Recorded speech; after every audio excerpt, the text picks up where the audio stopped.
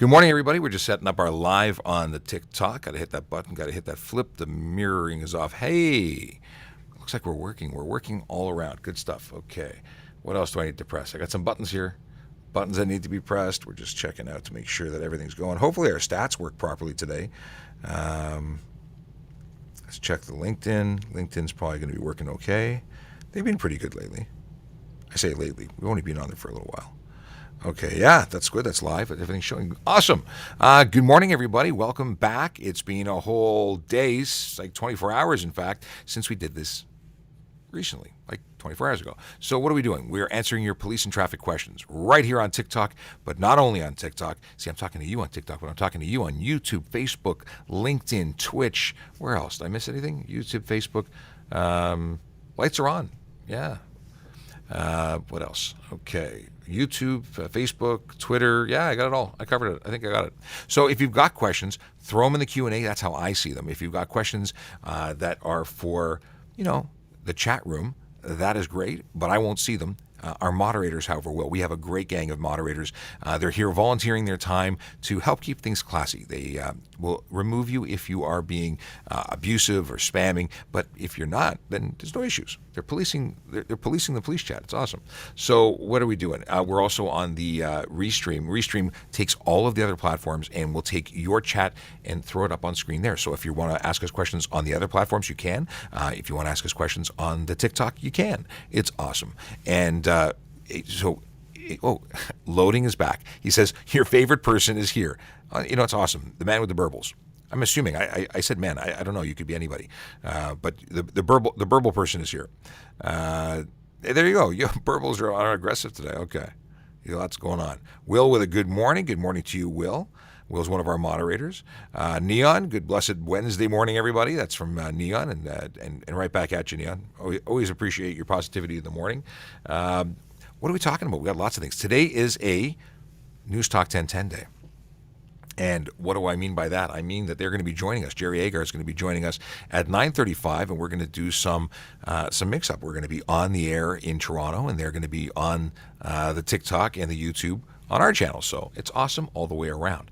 And you just reminded me, or I was just reminded by myself, I want to make sure that they have a link that currently works. So give me 1 second. I'm going to do a quick reply. And just in case you need it, link. You want to make sure the radio station has the link to get into our show. And yeah, that's it. Let's see here. Make sure Nick's on here. Nick's the man. Okay. And we're done. So I'm going to go through. We're going to do all the stuff that needs to be done. And that is, oh, hey, look who it is. Oh, and News Talk just jumped in. Hi, good morning, everybody. Good morning. How you doing? Great. It's that week again, isn't it? It is. It's an amazing week. Awesome. We're glad that you're joining us and you hear the station okay. And yeah, you're coming through. Parents had no way to. And that got loud, but we'll control volumes on this side. But we're going to try something different this time. We're going to keep you backstage until it's time to go. There's a private chat. If you can throw in a message to the private chat when you're ready to go back, and we'll throw you back into the forefront. Sounds great. Awesome. Thanks. Talk to you soon, Nick. Okay, so he's in the background. Good. Just need to make sure everything works out all smooth. We had some background issues where sort of noise. We got radio coming in, and it really throws everything off, or can throw everything off for people. So I think I need to remove or trim this tonight. That's going to happen. Okay, looking at myself right on the camera. Not so bad on the YouTube, but it looks really. I can see how it. Anyway. Okay. My days of modeling. Find out what it looks like on Restream. Ashton Stein with a good morning, sir. Happy Wednesday. It is a happy Wednesday. I had a good Tuesday, which leads to a happy Wednesday. I actually feel pretty rested tonight, even though I didn't get to sleep. Well, I had a horrible headache going to bed, but I feel really good today, and that's awesome. And I have copious amounts of caffeine. And I have a new drink to try, and it's a caffeinated. I don't do energy drinks, but my friend Anna, she said I have to. So, and it's bubbly, and she got it at a particular big box store. So I'm going to try it because she makes me. Anyway, okay. Loading wants to know, can I get a ticket for being low? I want to go low, and I think you mean, can you lower your vehicle, and how far can you lower it? So it's got to be safe. It's got to be safe, and it's got to be lowered properly or professionally. And how low is too low? Well, if you have any contact from tire or rim to body or frame when you've lowered it, it's too low. Also, if your suspension bottoms out, it's too low. I see some pretty ridiculous videos of absolutely horribly ridiculous vehicles. I mean, they're funny. When you go up a driveway and your car is balancing on the front left and the back right, that's too low. Your suspension has to be functional. And you can lose your plates. You can have your plates pulled if your vehicle's unsafe. So don't go so low that it's too low. Let's see here. Left turn for cars green while for pedestrians. Left turn for cars green while for pedestrians. Do you mean like an advanced turn?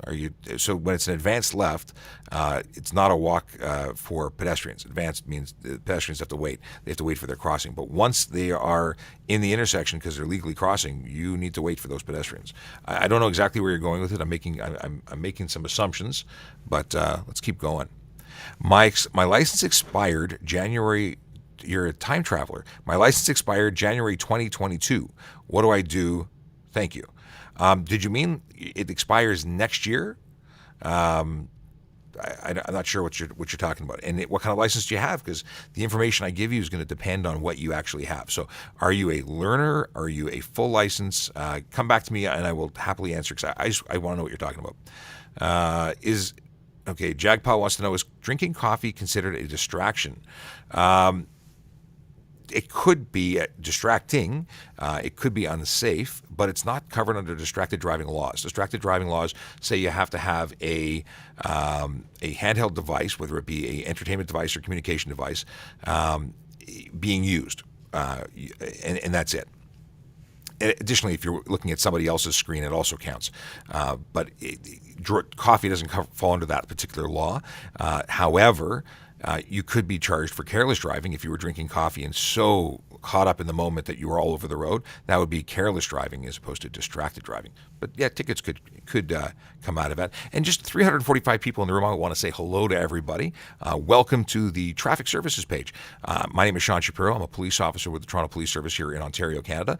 And we're on TikTok a lot, and we're answering your traffic and police questions. So if you have questions, feel free to jump in. Hey, follow us if you haven't already followed us. That way you stay in touch with us and get notified when we go live and drop new content. But yeah, ask us questions, drop it in the Q&A. We got some great moderators who are helping keeping things going in the chat room. I don't look at the chat, so if you want to hear, or if you want me to read your question, make sure you hit that Q&A button, or make sure it goes in that ranking. And what else can I say? Oh, please double tap the screen. Show us some love. That way it helps other people find us on TikTok. It helps the powers that be share our content. So with that, let's get back into questions and stuff and things. And Q, what's going on with you while I'm reading? Are you gonna hydrate? I want to hydrate. Okay. Can I strap a mattress on top of my car? That's not going on. You with waited me. till I was hydrating to ask me that question? Yeah. Okay. Can you strap a mattress on top of your car? So if you have a roof rack or you have a way of securing a mattress safely to your vehicle, you can, but it has to be secured with straps, not string, not twine, not bungee cords. It has to be using rated straps, and you have to make sure that it's not capable of sliding forward. So you could be charged with insecure load if you don't do it properly, but it's not, and you can't obstruct your vision. So if it's folding over the front of your windshield, because I've seen that, that's a problem. You're better off paying the $15 delivery or whatever it costs, and avoid having an issue with safety, because that's really what's most important. Are you going to read me the next question that you put there? Yeah, I was going to, and then Okay. I thought you were gonna sip again, so I was waiting. Oh, well, let me sip again, so you can have. At least you're not going to surprise me with something that caused coffee to shoot up my nose. Should I change my car seat if I hit a raccoon? So Or like any animal for that matter? So car seats, for those who don't know about car seats, they're only good for one collision. And what level of collision is probably not going to be a raccoon. But if you were an actual collision that was a crash, then I would. And it would be covered most likely by your insurance company. But I think the raccoon will probably be a casualty, but your car seat may not be. That's a new one for me. Oh, this is a good question. You're not going to like the answer potentially, but is allowed to FaceTime with the phone mounted. So FaceTime conversations with video cannot be done. Now, an audio-only FaceTime, because it's still considered a FaceTime call, but you can have an audio-only FaceTime call, and that's okay, because that's really just using data for voice over IP as opposed to making a telephone or cellular call. So if it's mounted and the video is not on, you can do it. In fact, if you have CarPlay, you can't make a video call. If you say FaceTime your friend, it'll only allow the audio to come through, and it won't allow you to activate the video camera. And one second. My license, here we go. So my license got suspended from 39 kilometers over ticket. So 39 over should not trigger a suspension.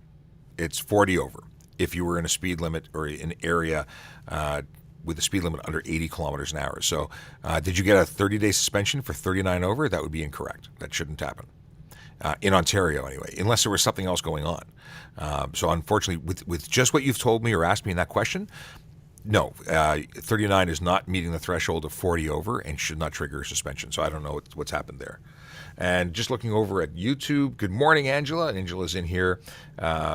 She noted that 2022 has not yet occurred. We're time traveling for that question. Let's see here.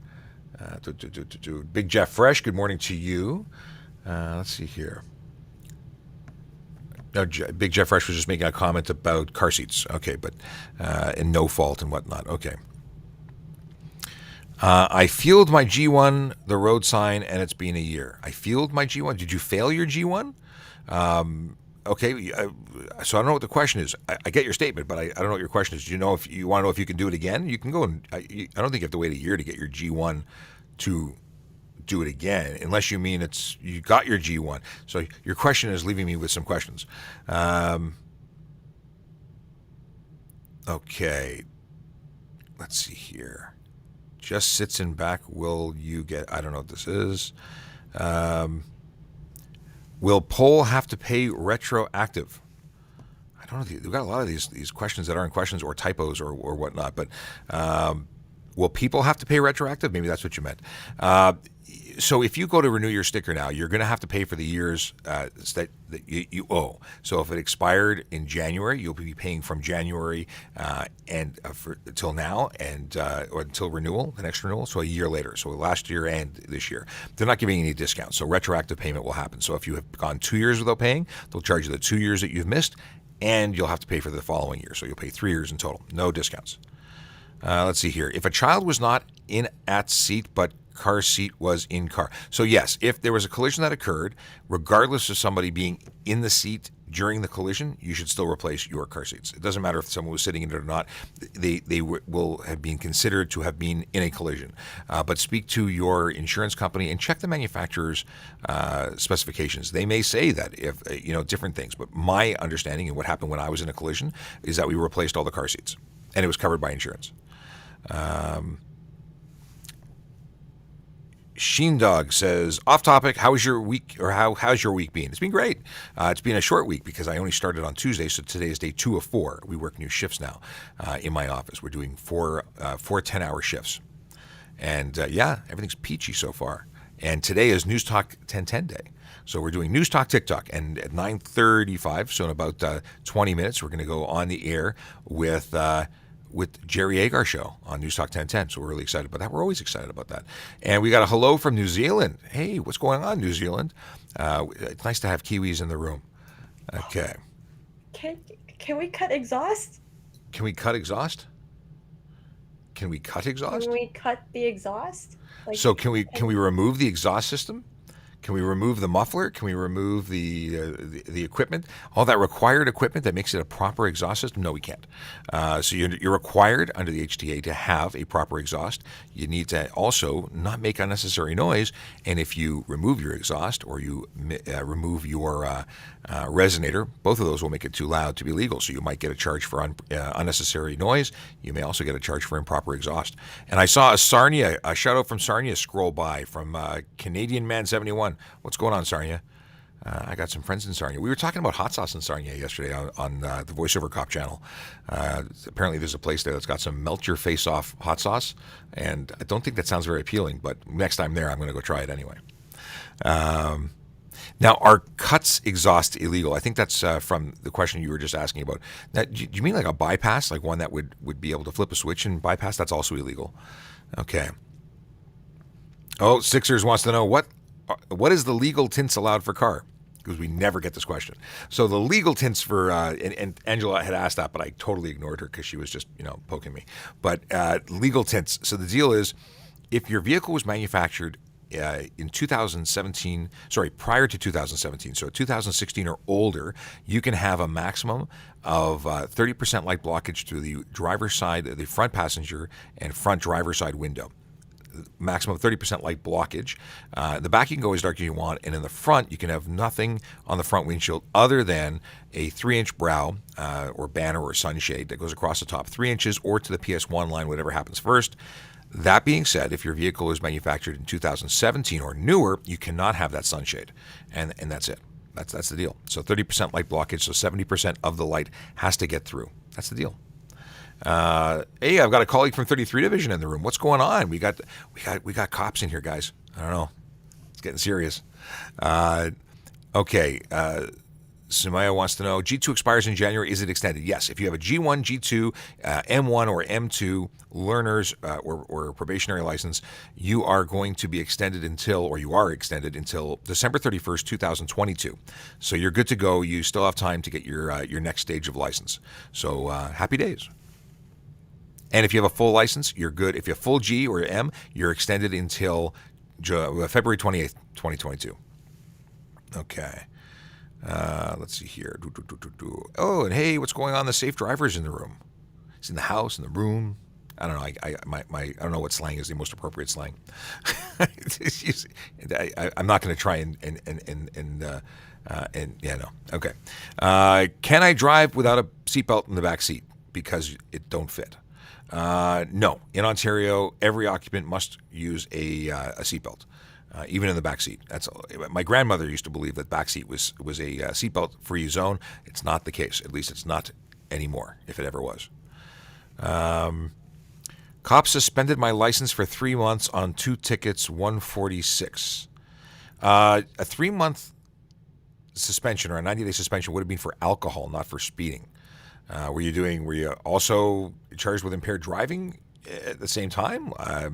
So let me know what else was going on there, because 146 for a speed wouldn't get a 3-month suspension. In fact, a roadside suspension for stunt driving, which if you were doing 146 in a zone with a speed limit under 80, 146 would get you a 30-day suspension, but not a 3-month suspension.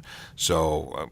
Yeah, maybe is this escalating? I have to look up. Maybe there's escalation. Is this your second stunt driving charge in a very short period of time? I don't know. We have to look into that. But yeah, give me more details. This is getting interesting. Can I cover my VIN with a visible and legal plate? No, your VIN has to be visible.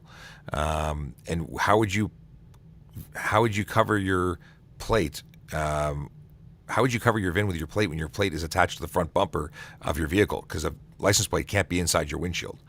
Okay. And I understand that there's some people who would like to know about underglow. Underglow in the chat. Well, it's my favorite topic. Well, not really, but I will talk about it. So underglow, there's no specific charge for underglow. Is it legal to own, to install? Sure, no problem. But to use it on the highway, you may run into problems. And I say you may because not everyone will have a problem with it, but you have to know that you're eligible for some tickets. Couple of reasons. One, it could be by the color of the underglow that you choose to display. If it's red, if it's green, if it's blue, those are restricted colors. You can't use them. Additionally, if you're projecting to the front, even white is a problem. White is the only color you can project to the front. So if you're using any color under the rainbow and you're projecting forward because of the way you've installed it or based on the interpretation of the officer investigating, you might be charged with improper headlights. Yeah, I know it's underglow, not a headlight, but if you're projecting light forward, it comes under the headlights. So you have to be careful. Is it a good idea? No. I would just use it on private property. When you're showing off your car in the parking lot, that's when you use underglow, not when you're driving around. There's no benefit to using it. When will we not need to have front plates in Ontario? Probably never. The deal with front plates is when the Ford government came into Ontario, they actually reviewed and planned on getting rid of the front plate because it's expensive. You cut 50% of the fees of manufacturing plates when you only make one, right? they took it to the Ontario Chiefs of Police Association. They chatted about it, and they determined public safety was more important. Public safety being, if we are trying to identify, locate a vehicle, and we have 2 markers versus 1 marker being a plate, we have twice as many opportunities to catch somebody that we're looking for, whether it be because they know they're being looked for or not. Amber Alert's a really good example. If we're looking or trying to find a child who's been taken, we want to have twice as many options or opportunities to see that vehicle. So it is important. Public safety won out, so I don't expect that we'll be losing that plate anytime soon, if ever. Can I put a GoPro on my motorcycle helmet? Legally, no. I've got a video that caused a lot of people to be offended, and it is saying that it's against the law. So anything on your helmet is cannot be added. There's some specifications or specifics as to how large an item and how it can be mounted in the HTA. But basically, the shell of a helmet has to be smooth and hard. So that means that it has to glide. It's intended to glide across the ground when you get into a collision. If it isn't smooth, you have a chance of getting it caught. And if it gets caught, well, what happens? Your head bends. Where does it bend? At your neck. What happens when you bend your neck really, really fast with the force of the ground? Probably breaking that neck, and it could kill you. So for safety reasons, they've said you can't do that. Now, when you add a GoPro to it, it just makes for a very large thing that could catch on the ground. So what's the solution? Wear it on your chest, wear it on the motorcycle, get multiples if you're concerned. Because a lot of people say, well, if I move my head, I can see, it sees what I see. Well, that's great. Get a 360 camera. That completely gets rid of everything. Put it on the front of your bike. There's no issue with putting it on your bike. And a 360 camera, there's tons of them now. That'll cover even more. And the cool thing about that is, in editing or in review, you can spin around and look at everything, make way cooler videos than you would have with a GoPro on your helmet. And it's safer. Let's see here.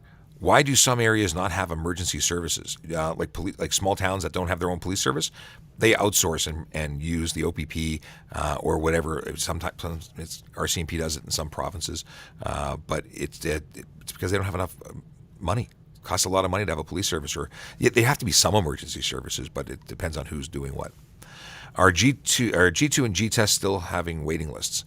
You need to keep checking every day and throughout the day. So people are getting tests available. They are booking them, but if you're not checking it every minute of every day, you're going to get into a situation where somebody takes your test. I just signed up to take a test. It's a police service test.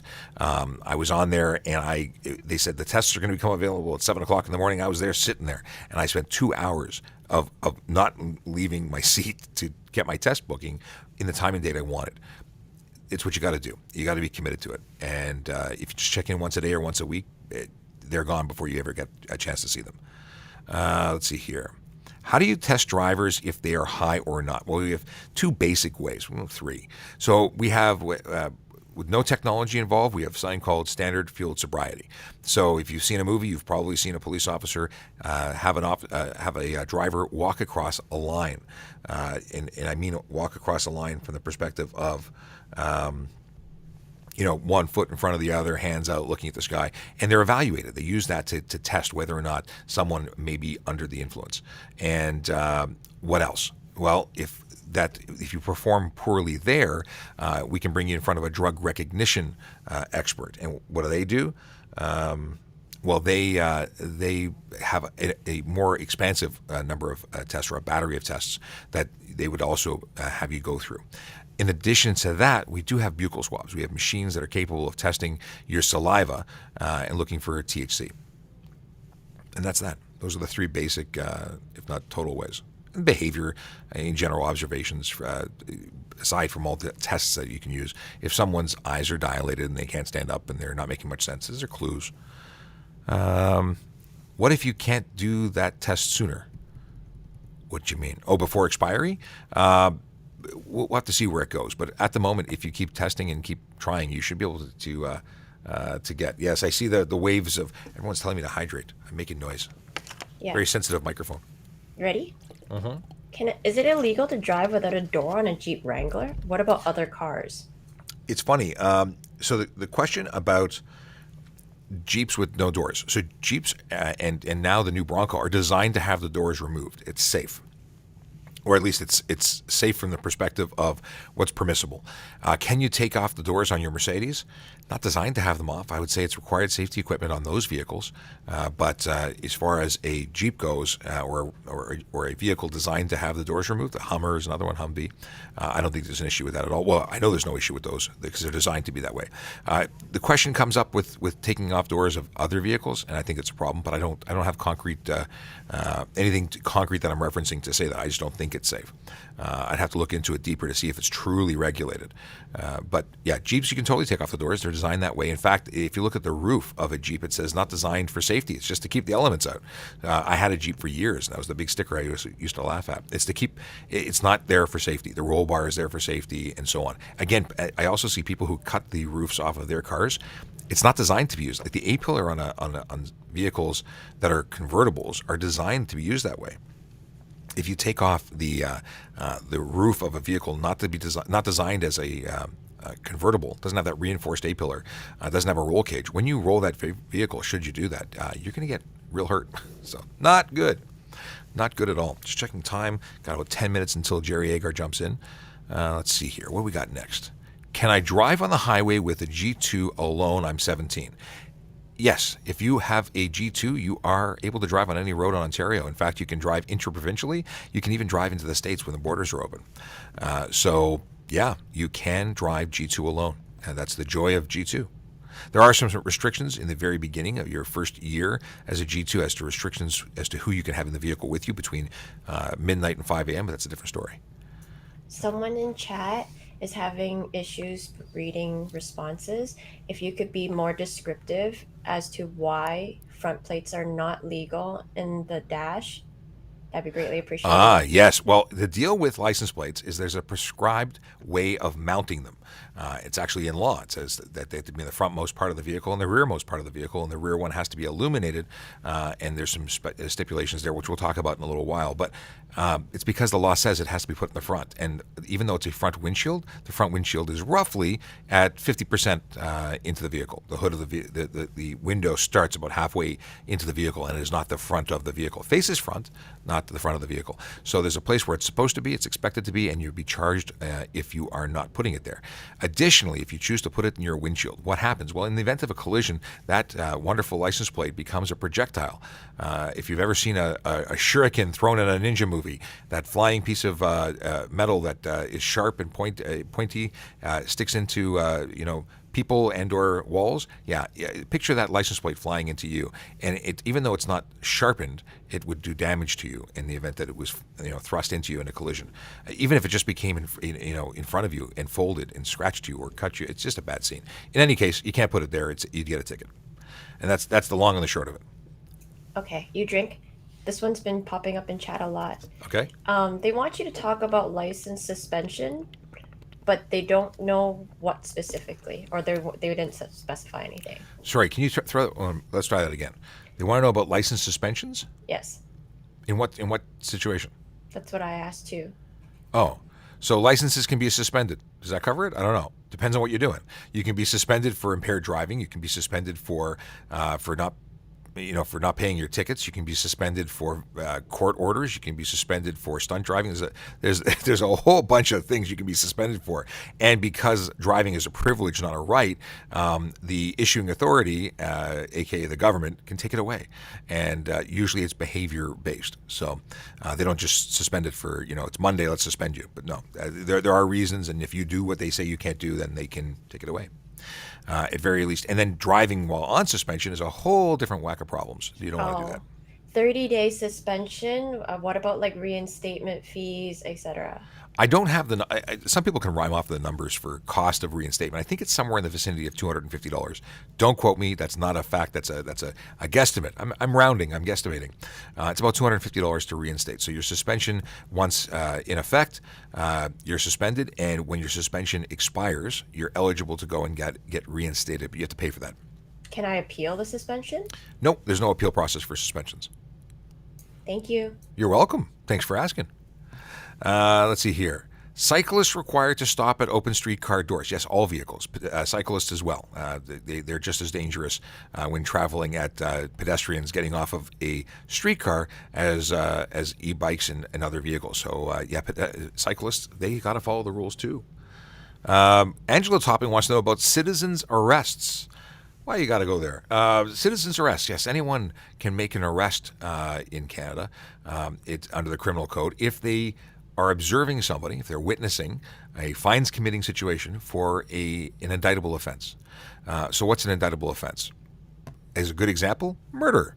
But here's the real question. If you witness someone murdering somebody and they may not be somebody you want to mess with, calling 911 is probably a better option than trying to effect a citizen's arrest. Additionally, if you try and arrest someone and it's not a lawful arrest because it isn't what you thought it was, you could run into problems. Okay. Are dealership plate covers legal? No. Anything that covers your plate in any way, shape, or form could obstruct your plate and is likely illegal. I won't say everything because if it's constructed in such a way that it's not obstructing the legibility of the plate, I don't have a problem with it. I don't. That doesn't mean the other officer or the officer you deal with won't. So you shouldn't have anything on your plate. But specifically the ones given to you by the dealerships, first of all, why are you advertising somebody's business? They're not paying you for it, but you're driving around advertising for them. But secondly, they will cover even something covering up Ontario on the Ontario license plate is obstructing that plate, and you can be charged. Do I need a front plate if I visit Alberta? Do I need a front plate if you're visiting from Alberta? No, your requirements for front plates are based on where you're registered. So if Alberta doesn't issue a front plate and you visit Ontario, you're not required to get a front plate. I don't know how you would manage to do that if you wanted one. But if you are an Ontarian and your vehicle is registered on Ontario, you are required to display the pair of plates that you were issued, because that's how it works. Snowplow on my truck covers the front plate. Is it an infraction? Yes, it is. You need to relocate, and you'll see the majority of folks who have rigs on the front for snowplows will relocate a front plate. It doesn't have to be illuminated on the front, but it has to be placed easily. And News Talk's just giving us a heads up that we're 3 minutes away from being joined by them. So we're looking forward to that. Okay. Can you talk about insurance on G2 and G? You know what? The perfect person to talk about that was here yesterday. Unfortunately, I'm not an insurance person. So what would you like me to talk about specific to that? I can't give you quotes. I don't sell insurance. You got to have insurance in any vehicle in Ontario. And if you're a G2 driver that lives with the owner of the vehicle, you must be named on it. But that's an insurance policy requirement, not a legal requirement. So if you're driving a car and you're not properly insured on it, but the vehicle is properly insured, police officer is not going to give you a hard time. But if you were involved in a collision and you're a G2 who lives with the owner and you're not on the policy, they could deny your claim. So that's a different situation. But be on the lookout. Tassos, is Tassos in the chat? I don't know if he's here. He's the insurance guru. He's actually an underwriter for an insurance company, and he's got great answers for questions like that. However, he may not be in the chat today. We have he's here. We have T-2 minutes until News Talk 1010 is on. Can you please reintroduce yourself for the chat? I certainly can. My name is Sean Shapiro. I'm a police officer with the Toronto Police Service here in Ontario, Canada, and we do this TikTok thing. But not only do we do the TikTok thing, we're also simulcasting this on YouTube, Facebook, Twitter, Twitch, and LinkedIn.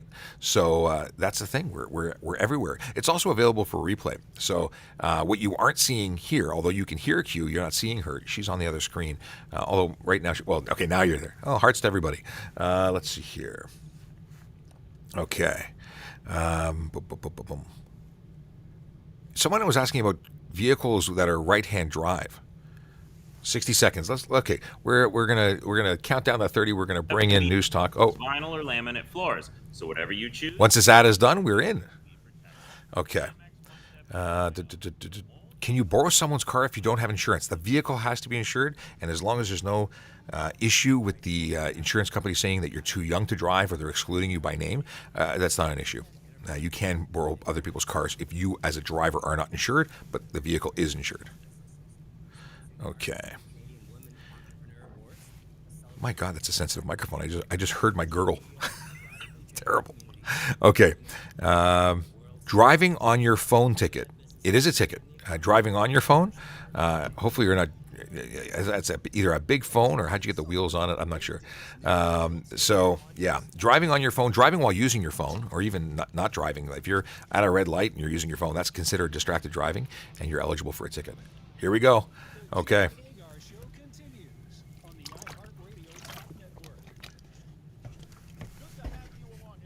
While, and this is one of those whiles, we join PC Sean Shapiro, the TikTok traffic cop.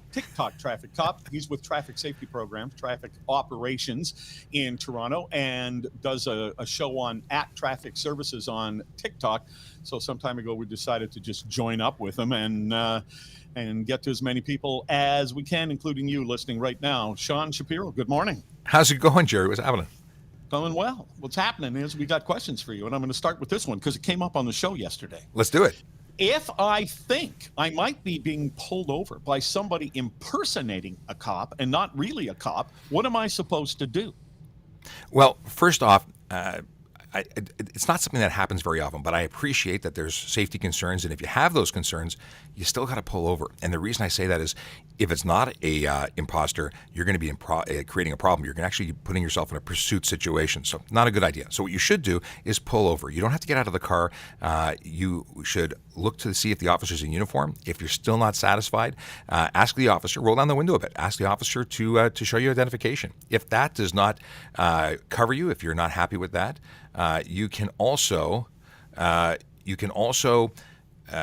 ask or tell them you're going to call 911. Talk to a dispatcher, and you can have them verify that that officer is a legitimate person. Okay.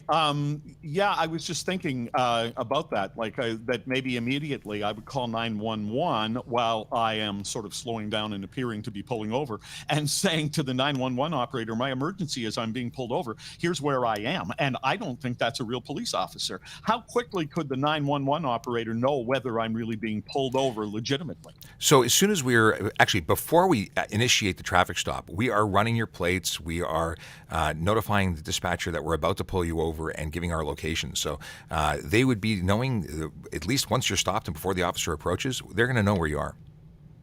Okay, so it would be not a difficult process. I know it doesn't happen very often, but the fact that you must pull over, Sean Shapiro, is pretty good news for somebody who wants to impersonate a police officer. The fact is, if you don't pull over, it's going to be a problem. And I don't think it's a major issue. Also, I don't know what would give people the impression that the officer isn't legitimate. If they're getting out of a vehicle in uniform, if they're in Toronto, if the vehicle lights up like a Christmas tree. Generally speaking, I think you're going to be in a good position. But again, if safety is a concern, certainly call. Now, you could also... it depends on the area. If you're in Toronto, I think this is less of an issue than if you're in a rural road where people might be feeling less safe. Yeah. Here is Trevor calling from Toronto. What's your question, Trevor? Guys, if I'm ever in an accident, because of the insurance fraud concerns, should I wait for a police tow or just a regular tow truck driver? Because sometimes they'll inflate the cost of the tow and stuff like that, and that will jack up the insurance rate. Thank you. So if you're involved in a motor vehicle collision, you have to, first of all, if you're in the city of Toronto, all the rates for tow trucks are regulated. If no one is being transported by ambulance to hospital, you can go to a collision reporting center if the vehicles are drivable. You can always choose to use the tow truck of your choice. You don't have to simply take the first person who's there. You have total control over who's doing it, unless a police officer is directing, because they're physically there. It has to be moved. Other tow trucks aren't available. Very, very rarely are you being directed as to who is going to use your tow. And if we do direct and make that choice for you, it's going to be a tow truck that's under contract by the Toronto Police. But if you are on your own and you're involved in a minor collision, the car's not drivable, or if you're going to a collision reporting center and there's concerns for safety, it is regulated and the tow truck gets paid by the collision reporting center. So you're still in a good situation. It's when you're outside of the city of Toronto that we run into problems where it's an unregulated system. Sean Shapiro, traffic cop, is with me, and we're taking your calls. We'll get to some of the TikTok questions in just a moment. Here is Roy from Scarborough. Roy, what's your question? My question is regarding cyclists. Now, I come up against cyclists all the time that claim they can just arbitrarily right in the middle of a lane. Let's, for the sake of argument, if the lane doesn't have a dedicated bike lane, they could just take up an entire lane right down the middle anytime they feel like it. I tell them they can only do that if there's a hazard at the curb, and they can come out to the lane if they avoid it, but they have to go back to the right side as soon as possible. But what's the law? You're absolutely right. They're supposed to be on the right side of the lane unless it's unsafe. So if there's issues with the road, if there's, I mean, you can even make the argument that if there's a lot of dirt and debris on the right side, it could be unsafe. So they are permitted to take up a lane if they can keep up with speed, and if they can't, Right, they're supposed to be to the right side. That's right, because I even argued this with a lawyer, like a bicycle lawyer, and he claimed I was wrong. He was right. A cyclist can anytime choose. Wait a minute. A bicycle lawyer? Yeah, there's a bicycle lawyer in Toronto who Is he that guy who comes on the air and says ridiculous things like, Yeah. if you had to get a speedometer for your bike, it would price 20% of the bicycle riders out of the market when a bicycle speedometer starts at $10 on Amazon? Is that who you're right. talking about? Yes, that's the guy. Okay, well, he's great. He's spreading false rumors. That's the problem. Yeah. Well, the problem is that there's a level of interpretation. Laws are written, and people take that and interpret it, and you can interpret it, I suppose, any which way you want. But from the policing perspective, we've read it, and that's our interpretation. You're supposed to stay to the right unless it's for a safety reason. Okay, thanks. All right, thanks very much for your question. Here is Gail from Meaford. Gail, what's your question? Good morning. Can a car with a green vehicle plate drive in a high occupancy lane with only the driver, so no passengers? Yes, they can. That's actually the benefit of the green plate. Now, if those plates are only issued to vehicles that qualify, so an electric vehicle, a plug-in electric, a hydrogen-powered vehicle, those are permitted to use green plates and use the lane as a solo occupant. Also, motorcycles can use that even with the regular plates; they can be solo in it, and it's to promote using a cleaner mode of transportation. Right. We have a vehicle. We have a vehicle with a green plate, a hybrid plug-in, but I wasn't sure if that was actually true, so that's good to know. Thank you. Absolutely, yes. Happy travels now that you can go, home sooner.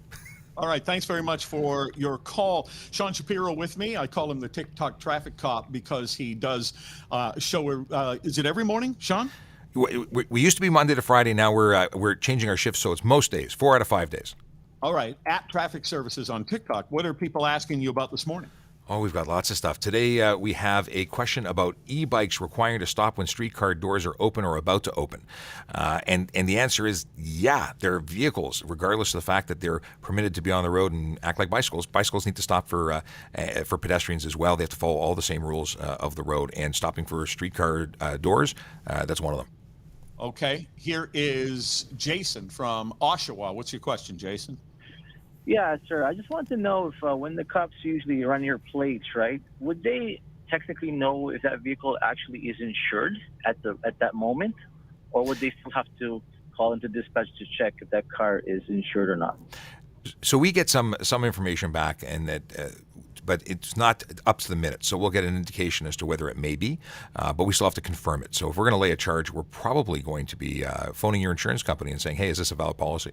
And that's what I would do when I was on the road. I'd pull you over if I had suspicion that you didn't have it.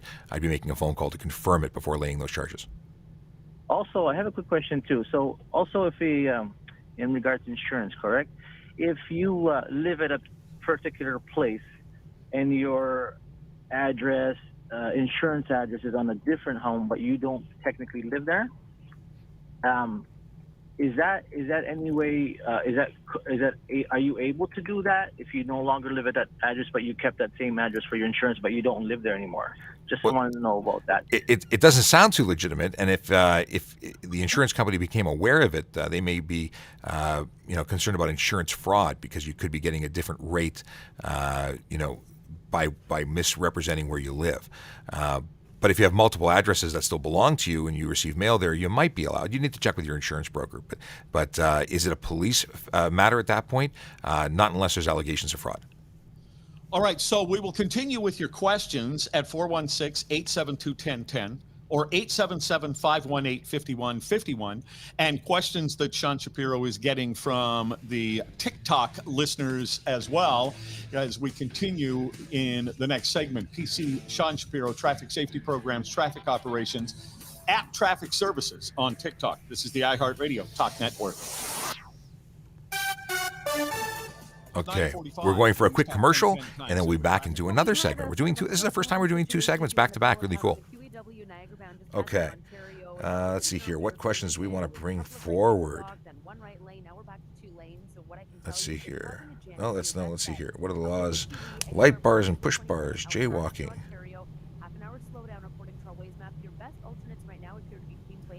Okay. Let's see here. You're waving. What are you waving at? Hey, everybody. My name is Sean Shapiro. I'm police constable with the Toronto Police Service, and we are live with News Talk 1010, the Jerry Agar Show, and we're just waiting for him to come back from a commercial break, and we'll be continuing with the questions from right here on TikTok. We're going to be asking. Oh, and Neon says, boop my nose. If you double tap the screen, you show that you like us, and it will help bring people into the channel. Let's see here. Oh, okay, we'll go to Tanver's question in a second. Okay. Okay, let's see here. Oh, that's a good one, too. Okay, we're going to wait until Jerry comes back.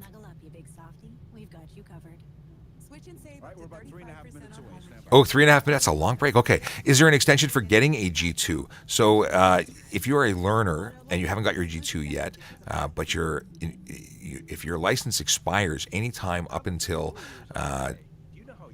December 31st, 2022, you're covered under an extension.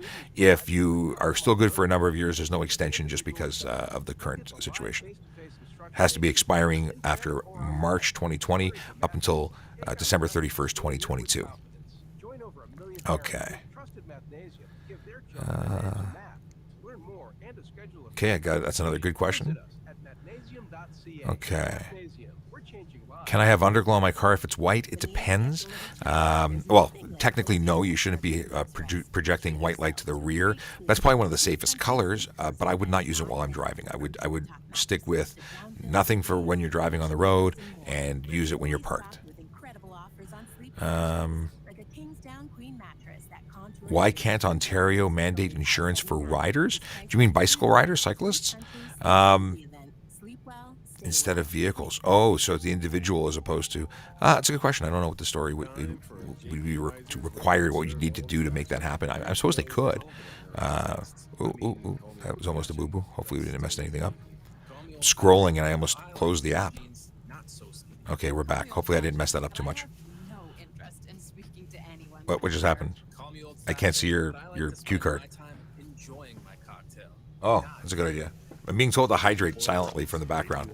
Itty bitty screen. Okay.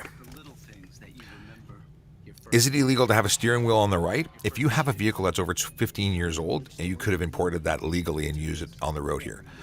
If you can license it, you can use it. What makes a load insecure? It's not tied down with regulated straps. It's not. You can't prove that it's secure. So string is not rated. It can snap at any time, based on the weight. So the load and the straps that you're using to secure it have to be secure. Okay, we're still in a commercial. Loading just caught that my bottle is nearly empty, but I have coffee. I do have coffee. I also have 2 more bottles of water under my desk. Okay. Are quick release steering wheels illegal? Yeah, they're not legal. You if you have a steering wheel that's without an airbag, you can swap to other things, but the removable ones are for race cars, not for the road. Additionally, if you have an airbag and you're trying to convert to a non-airbag, you're removing part of the safety equipment, and it's that's making your vehicle unsafe. So those would not be permitted. Okay. Can you have your front plate on the driver's side? Front plate can be on either side. It doesn't have to be in the center, but it has to be visible from the front of the vehicle.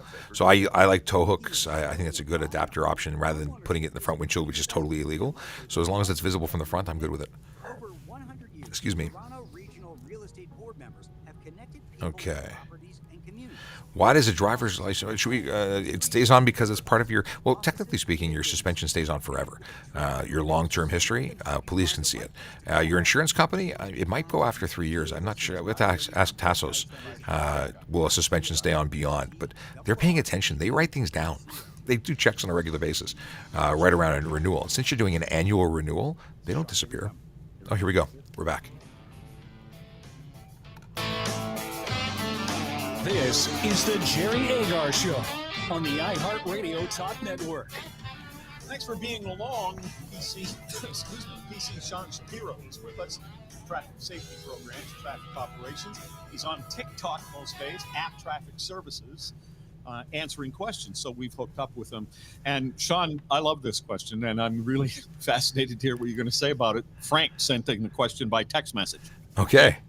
This morning, I saw an officer in his cruiser on his cell phone laughing and giggling, obviously not on with dispatch. Can I pull him over as a citizen? Well, you can't pull them over, no. And technically, if you're operating a police vehicle or you're using a fire truck or an ambulance, you're allowed to use handheld communication devices. Now, generally speaking, it should be for police stuff. And sometimes when we're talking about serious stuff, we laugh. I can't say what that officer is doing, but no, you can't pull him over. You can, if you think it's improper, make a complaint. You can record the vehicle number, and you can always call and report that to dispatch or to a supervisor at a station. Okay. And this question was also sent in to us a little bit ago, and we carried it over. And it is, why do I get pulled over when the bulb above my license plate is out? Because you are required to illuminate your license plate under the Highway Traffic Act. And 3 candela of power is the oddest of odd requirements, but that is the requirement. You have to have at least 3 candela of power illuminating your plate. It's to make your license plate legible from a distance. It has to be visible when we're behind you. Is that automatically a ticket, or are you going to say, hey, did you know this bulb is burned out? Could you get that fixed, please? It really depends. You can lay the charge because you should be doing a circle check on your vehicle. You should be aware of your vehicle and making sure that it meets the grade. Yeah, because we all do that every day. Oh, of course, absolutely. I sleep next to my car and check it, yeah. So, but it depends. If you've got a record where you've been warned or you've been spoken to, because we keep records of things. We give you a warning, we record that. If you've been warned already, you might get a ticket. The first time, probably going to get a warning. All right, here is Jeff from Bowmanville. What's your question, Jeff? Hi there, guys. My son got pulled over a few weeks ago. He was speeding, and he didn't have his insurance slip in his vehicle. Long story short, he was turning his vehicle in for a lease return, and he had to clean out his vehicle the night before, and he accidentally took it out. So when the officer pulled him over, my wife did like a copy on his cell phone of the insurance information, but he still got charged with not having an insurance slip. Is that should he still have to pay a fine for that, or? So, yeah, you're required to provide at the time that the demand is made for your license ownership and insurance. So the offense is being committed if you couldn't do that. Now, if 10 minutes into the stop, he was able to produce a picture of it, the officer may or may not have accepted that. In this case, I understand he hasn't. But technically speaking, it's not a picture of a slip that's acceptable. It's an electronic copy provided by your insurance provider. So whether that be through an application, they make it a tab in your electronic wallet, or a PDF. Those are generally the acceptable ones. It depends on the officer. So if it's not provided at the time of the demand, it's generally too late and they've issued the ticket. Now, if you go to court and you provide proof at court, you may find yourself, able to negotiate with the prosecutor as opposed to simply paying it. That's up to you. Does that answer your question? Yeah, thank you. All right, thank you very much. The numbers here are 416-872-1010 and 877-518-5151. Let's try another TikTok question here, Sean. Sure. Are bikes allowed on the expressway on the shoulder? It's a real question. No, they're not. Pedestrians and cyclists are not permitted on highways, expressways. There's a limitation. It has to be a vehicle with a displacement over 50 cc's. And that doesn't get covered by bicycles. Hey, Sarge, I got Sergeant Jason Kraft who just walked into our office. Hi, Sarge. Jerry Agar says hi. Okay. Another question. I saluted. If he's, I don't know if you can see him, but he waved. Okay. And Q's waving back. Okay. If a pedestrian is jaywalking and a car hits them, will the driver be charged? And that's an interesting question. We're not supposed to hit pedestrians, but if there's a situation where a pedestrian was crossing illegally and caused the collision, it is a potential that the pedestrian will be charged and not the driver. All right.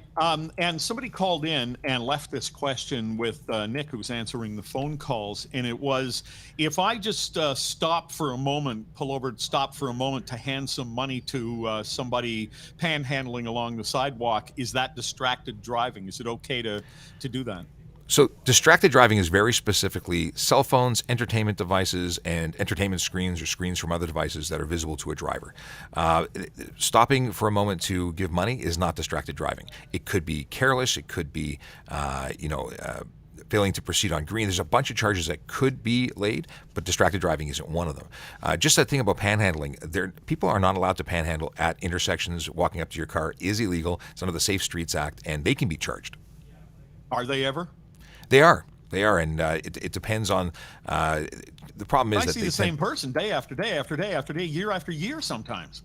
Well, I used to work in 12th Division years ago, and I used to charge people for it. So it all depends on, I guess, the availability of resources. Is it something that's a high priority? It can be late. It is often late. Down and out, help me pay my fine. That's the sign I would hold up if I was one of them. Here is Peter from Toronto. Hello. Hi, Peter. Question. How are you doing? On let's say a vehicle, driver and passenger windows that have aftermarket tint. I understand it's to be maximum 30%, but who gets to interpret what is permissible? So when you get your vehicle safety, mechanics are actually required to have a tint meter because they shouldn't be able to safety a vehicle that has more than 30% light blockage. That being said, under the HTA, the charges don't require us to test the specific value of how much light comes through. The test is more, are you making it impossible for us to see in the vehicle? If we can't identify a driver, if we can't describe the driver when looking inside, you're obscuring the interior, and we can lay a charge without requiring us to test a specific thing. Then it's up to you to defend yourself and say that it's not so.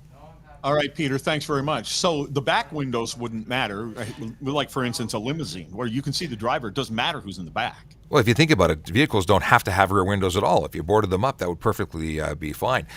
So the regulated windows are the front windshield, which you can have no tint on at all. Yeah. Then the driver's side, or the windows directly left and right of the driver. Those are the ones that have to have 30% in because we have to be able to see and to identify.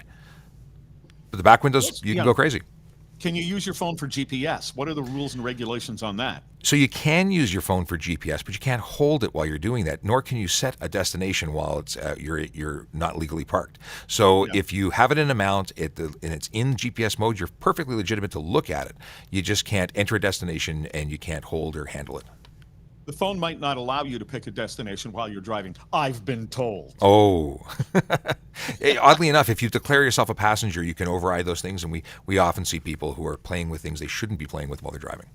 I put the phone on, if I'm using the GPS to get somewhere, I put it on so that sometimes somewhat irritating lady gives me directions, but it's sitting off to the side, and I'm just listening to the directions. I'm not actually looking at the phone. That works too. And I currently have a really annoying Fraggle Rock character talking to me, so I've muted it. You can download celebrity voices, I think, if you want to pay. I had my children support that. So I had Boy George, then I had a character from a video game, then we went to Paw Patrol, and now we are at Fraggle Rock. All right, then. Sean Shapiro, we'll talk again. He is on TikTok at Traffic Services. Thanks very much. Always a pleasure. Take care. All right, now the Prime Minister is going to conduct a press conference in about... Okay, we are back to our regularly scheduled TikTok business, and thanks for surviving that. That was the longest we've ever done, so that was pretty cool. Okay, let's see here. Oh, what'd I do? G2 laws explained for someone who is 36. G2 specific, or G2, how does graduated licensing work? If you're getting your license now at 36, sorry, I must sip. I can police myself with my hydration occasionally. The rules are this. You apply. You have to wait 12 months to get your G2 unless you have professional training by an approved course, at which point you can apply for your G2 at 8 months. Once you have your G2, you need 12 months of driving experience before you can challenge the G test or the G2 exit.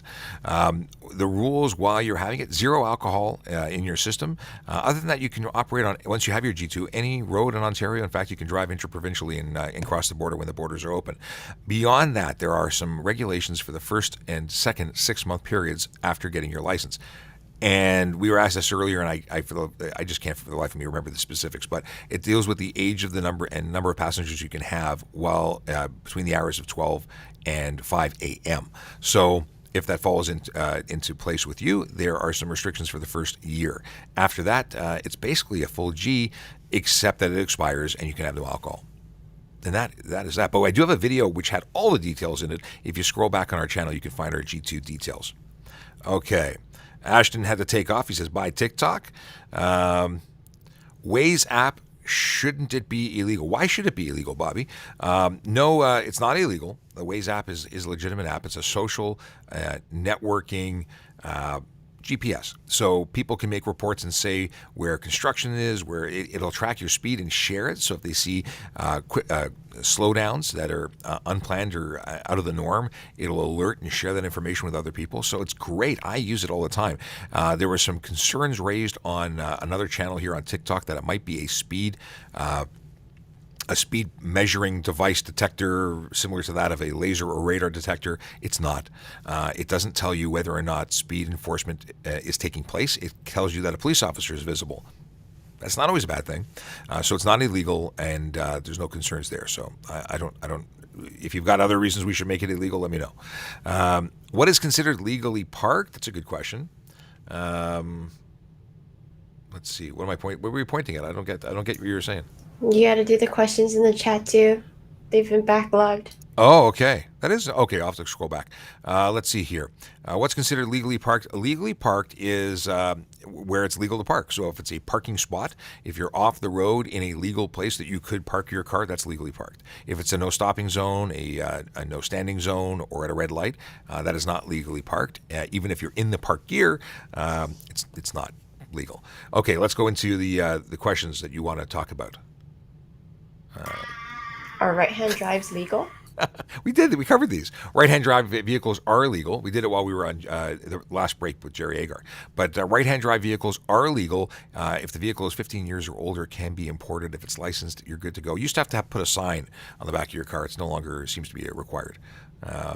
What else we got here? What are the laws of light bars and push bars? Push bars or brush bars are legal if they're constructed and legal for road use. The ones that are put on police cars tend to be reinforced into the frame and would negatively affect in a collision, and you can't have them, we can, is what I've been told. And the ones that you can get for civilian use have crumple zones built into them differently. They're not intended to actually push vehicles, which is what ours are designed for, to push people out of the way in an emergency if need be. But the ones that are for civilian use would crumple, and that's what you want. You want it for safety to have it crumple in a collision. Brush bars are different. They're just fashion, essentially. Light bars. We did a video yesterday about light bars. If you're talking about putting a giant LED light bar on your vehicle, it's for off-road use. It's not for when you're driving. I had some people say, well, my car came with it. Yeah, it's an off-road vehicle or a vehicle capable of off-road, and that light is specifically part of that package for use off-road. An LED light bar can't be directed or focused in the way that you need to be able to control it to make it usable on the road. Additionally, you can have 4 lights to the front, 4 projector bulbs to the front that are creating light and projecting over 300 lumens. Now, someone said, well, what about these lights that are made up of a cluster of bulbs? Well, like Porsche, for instance, I think they use a 4 light. It's one housing. It's one housing shooting a one beam focused together, even though it's 4. And I proposed that an LED light bar could be 1,000 lights. I was making a joke. Okay. What else? Let's see here. Why does driver's license? No, which one here? We talked about e-bikes. Are bikes allowed on the shoulder? We covered that. We covered the jaywalking. We covered that one. I think I covered all of these. We covered it. Can I stop in front of a fire hydrant if I'm not parking there and I'm still in my car? If you're stopping, and it's no parking, not no stopping. Unless it says no stopping, then you can stop there. But you're stopping momentarily to deal with something and then moving on, yeah, I think you're okay for there. But I'm not the parking specialist. We should get Aaron back to talk about parking stuff. Anything else? Anything else before we move on with stuff on the screen? Okay, good. I was worried. And nobody. And we got. Okay. Nova Scotia has back. Okay, no, we got. I'm just checking the YouTube as well. Okay. Are police cars tuned? They're tuned with the really great cooling systems. They're tuned in terms of being heavy duty for use running 24/7, but they're not tuned for like racing, if that's what you mean. What happens if your car breaks down in a no stopping area? Well, if your car is broken down, it's broken down. You won't get a ticket for no stopping. It's legitimately broken down. You do need to deal with it and get rid of it by way of a tow truck and have it dealt with, but you can't leave it unattended and go shopping. So there you go. Okay, 10:05. Look at that. Where's the time gone? What else I got? I want to make sure we cover everybody off because we were disrupted briefly by being on the air. So is there anything else we think we should? Anything that you see in the Q&A? Yeah. No, not in the Q&A, in chat. Okay. How long do police have to talk to witnesses after a crime? Well, there's no real limitation because we need to be able to locate witnesses. So there's no it's not 3-6 days. It's not it really depends on the charge. Some charges have a period of time that we have to get things done and it's a priority. But if the active case is going, it's active and we can talk to people. So there's no real expiry on that. And we're looking for evidence after the fact for sometimes months. But it really depends on what we're looking into. For traffic collisions, we're tending to be looking for them right then and there. And if we don't find somebody, if there doesn't appear to be any, we're not going to canvass everybody for a fender bender. It really depends on the charge and its severity. Cool. I see here, and can you tell us about Vision Zero Enforcement Team's fleet? What would you like to know about their fleet? Like, what do we have? We got pickup trucks, SUVs. We even have some sports cars now. We have marked vehicles, unmarked vehicles, all sorts. And the Vision Zero Enforcement Team is a group of officers that go throughout the city of Toronto after the Big Four. They're looking for the Big Four driving behaviors, and those are speeding, distracted driving, aggressive driving, impaired driving, and that's all they do. They don't go to radio calls. They don't do collision reports. They go for drivers who are violating the Highway Traffic Act, putting lives at risk, and they're changing behavior. So they are very cool. They're doing a great deal of work, and people keep breaking the rules and giving them business. Today they're in 11 and 43 divisions, so if you want to avoid being introduced to any of them, don't break the law. You'll be good. And with that, we're going to call it. That's a day. We're done. We're back tomorrow, though, 9 a.m. We will see you then. Have a wonderful day. And if you didn't get your question answered, I apologize. We'd like to try and get everybody, but we only got the hour we've got. So back tomorrow and jump in and say hello. Talk to you soon. Bye, TikTok.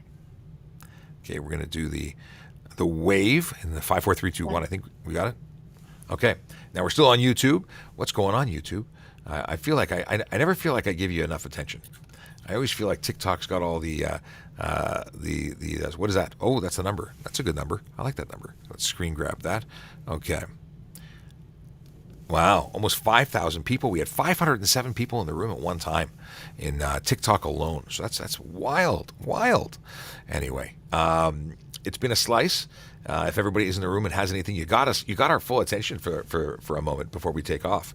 But we are running around trying to get a bunch of stuff done today. It's busy time in the office, so we're gonna move on. We're gonna do paperwork, create some TikToks, and see what social media stuff is happening. But we'll be back tomorrow, and we hope to see you then. So have a wonderful day, and ciao for now. The perks of being a civilian, no paperwork for me. Not just, well, the downside is you're volunteering, so it's they pay you for paperwork. It's great.